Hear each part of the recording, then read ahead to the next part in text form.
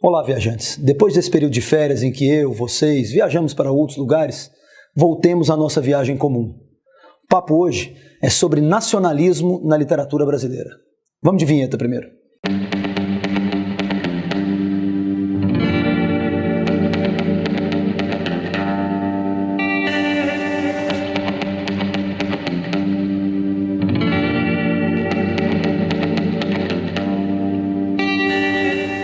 Fala-se de nacionalismo, primeiramente na literatura brasileira, a partir do romantismo.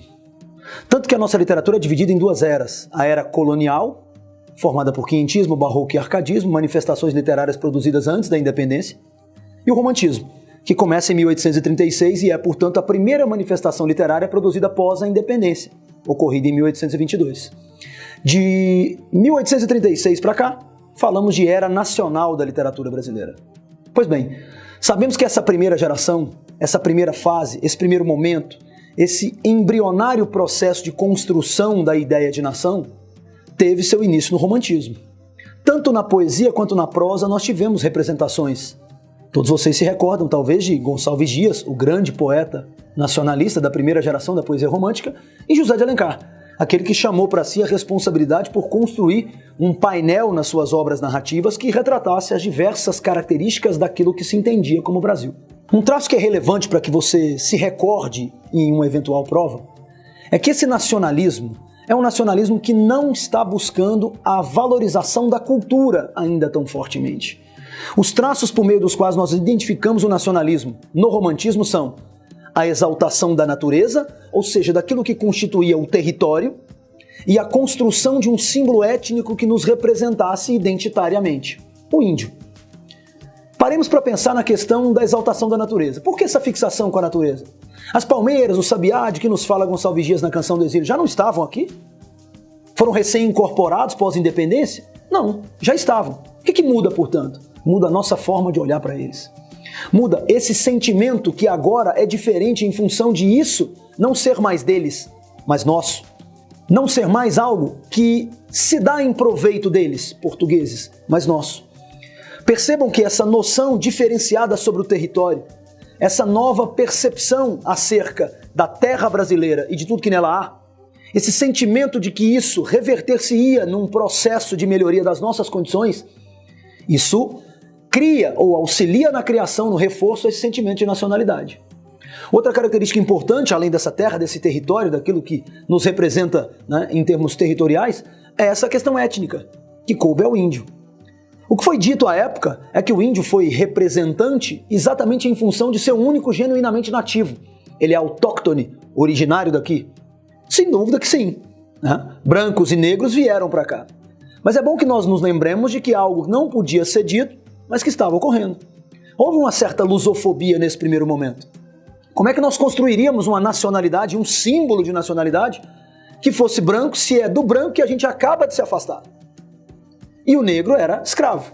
Nós não poderíamos construir um símbolo identitário, um elemento que nos representasse e que fosse escravo. Então interesses outros, além da questão da origem, né, americana do índio, justificaram a sua nomeação como nosso símbolo identitário. E como é que foi construído esse índio? Foi construído de maneira idealizada. Essa é a expressão com que nós os conhecemos. Índios idealizados. Mas o que é essa idealização? Há traços na construção dos índios em José de Alencar e em Gonçalves Dias que são do índio, que pertencem ao índio, que são dessa indigenidade? É claro que sim. Há muitos desses elementos que de fato pertencem ao índio. Agora, o que se fez foi um tratado antropológico? Fez-se ciência mostrando objetivamente como o índio era? Claro que não. Então é daí que se fala em idealização. E essa idealização é composta, portanto, por três elementos. O que de fato pertence ao índio e que era retratado.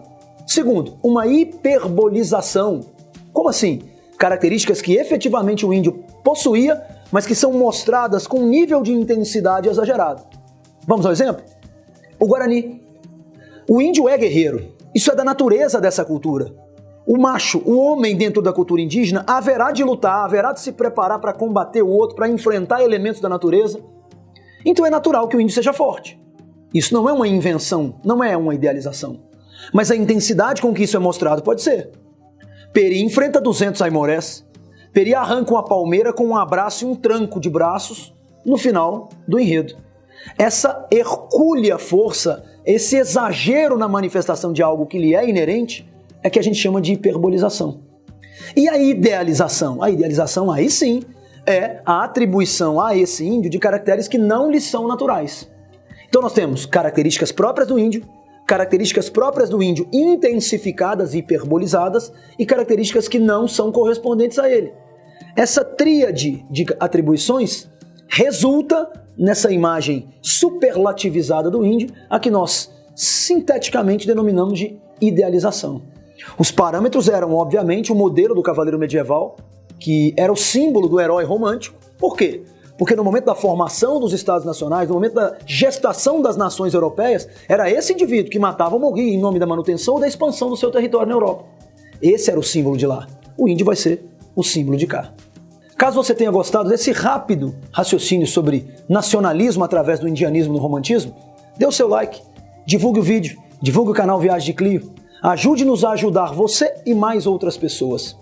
Caso haja alguma questão, alguma dúvida, alguma necessidade de aprofundamento, além do Viagens de Clio, busque www.testrutura.com.br.